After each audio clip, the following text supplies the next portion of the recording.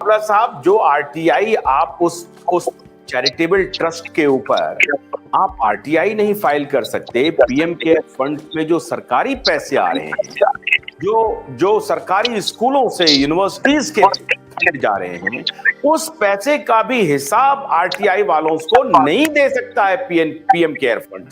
अब आप सोचिए कि इससे बड़ा फ्रॉड क्या हो सकता है। और वो कह रहा है कि प्राइवेट एंटिटी है।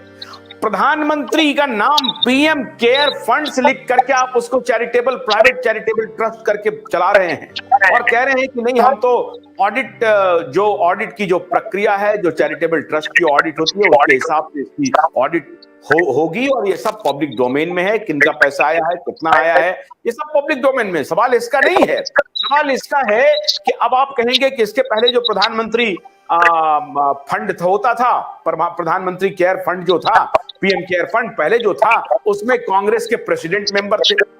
आप ठीक कह रहे हैं, कांग्रेस के प्रेसिडेंट मेंबर थे, हम मानते हैं।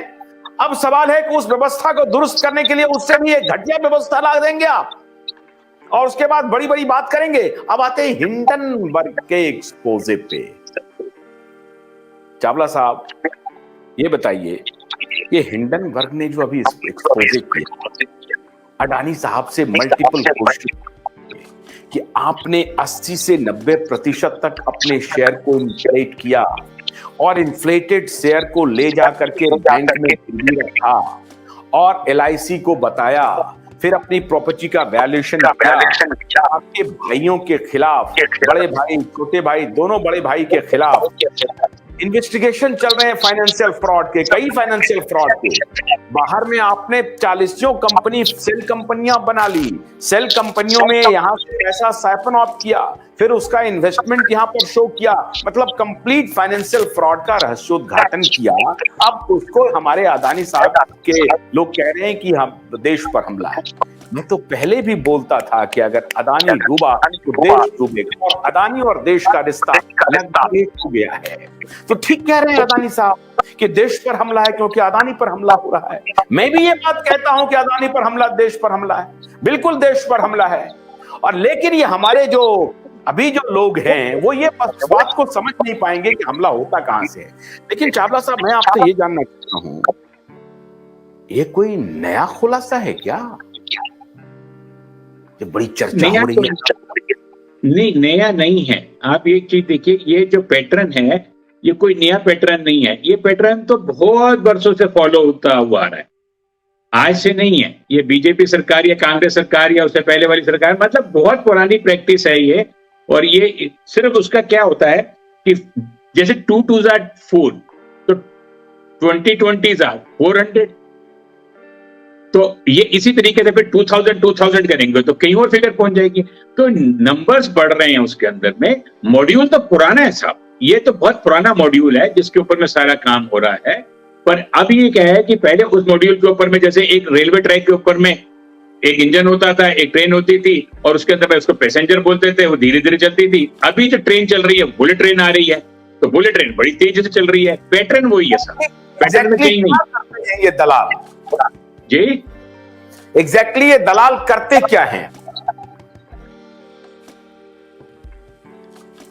सर? ये क्या करते हैं कि आपकी प्रॉपर्टीज, आपकी जो शेयर की वैल्यू को आर्टिफिशियली इन्फ्लेट किया जाता है और उसको एनहांस किया जाता है, और एनहांस करने के बाद कॉमन दर्शकों को आप हमें बताइए कि ये आर्टिफिशियली इन्फ्लेट होता कैसे है? कैसे कोई आर्टिफिशियली इन्फ्लेट कर लेगा अपने शेयर को? सर, आज का तो आर्टिफिशियल इंटेलिजेंस आ गई है। इन्फ्लेशन, आर्टिफिशियल इन्फ्लेशन तो बहुत मामूली बात है। आज गूगल जो चल रहा है, आपका यूट्यूब जो चल रहा है, वो आर्टिफिशियल इंटेलिजेंस पर तो चल रहा है। आज आप एक तरीके का वो देखते हैं, किसी को फॉलो करते हैं, हॉरोस्कोप को फॉलो करते हैं, या एस्ट्रोलॉजी को फॉलो करते हैं, रिलीजियस को फॉलो करते हैं, या कोई भी आप चीज देखते हैं, तो वो यूट्यूब भी आपको पकड़ लेता है कि आप किस पैटर्न को लेके चल रहे हैं। उसी पैटर्न की आपके पास में क्लिपिंग्स आने लगती हैं। तो आर्टिफिशियल इंटेलिजेंस अब जब कमांड कर रही है, तो आर्टिफिशियल इन्फ्लेशन तो बहुत पुरानी चीज हो गई सर, बहुत पहले से चलती हुई चीजें आ रही हैं। क्योंकि प्रॉब्लम ये नहीं है अल्टो जी, मैं ये कहना चाहता हूं कि आखिर इसका अंत कब होगा और इसका अंत कैसे होगा, और इससे देश का अहित क्या है और देश का हित कैसे होगा।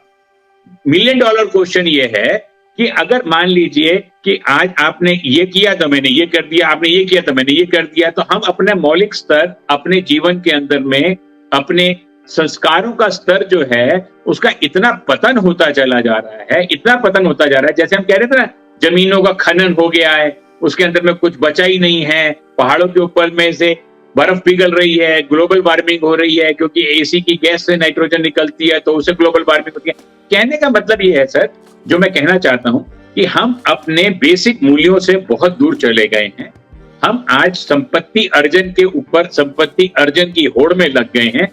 ये सारी चीजें उसी का ही प्रारूप है कि अलग अलग उसका बाई प्रोडक्ट्स हैं कि जब हम संपत्ति अर्जन में लगेंगे तो ये सब चीजें होंगी। आप दिल्ली से बॉम्बे जाएंगे तो जितने स्टेशन बीच के पड़ते हैं वो आपको कवर करने ही पड़ेंगे, पर अगर आप पंजाब जाएंगे तो आपको वो स्टेशन नहीं आएंगे। अगर दिल्ली से आपको पंजाब जाना है तो आपको आगरा नहीं आएगा रास्ते में, आपको जयपुर नहीं आएगा रास्ते में। तो मैं ये कहना चाहता हूं कि हमारे पास में जो संस्कारों का जो वो हो गया है, पतन हो गया है, हम संपत्ति अर्जन में लग गए हैं। आप भी ब्राह्मण व्यक्ति हैं, मैं भी कर्म से ब्राह्मण हूं।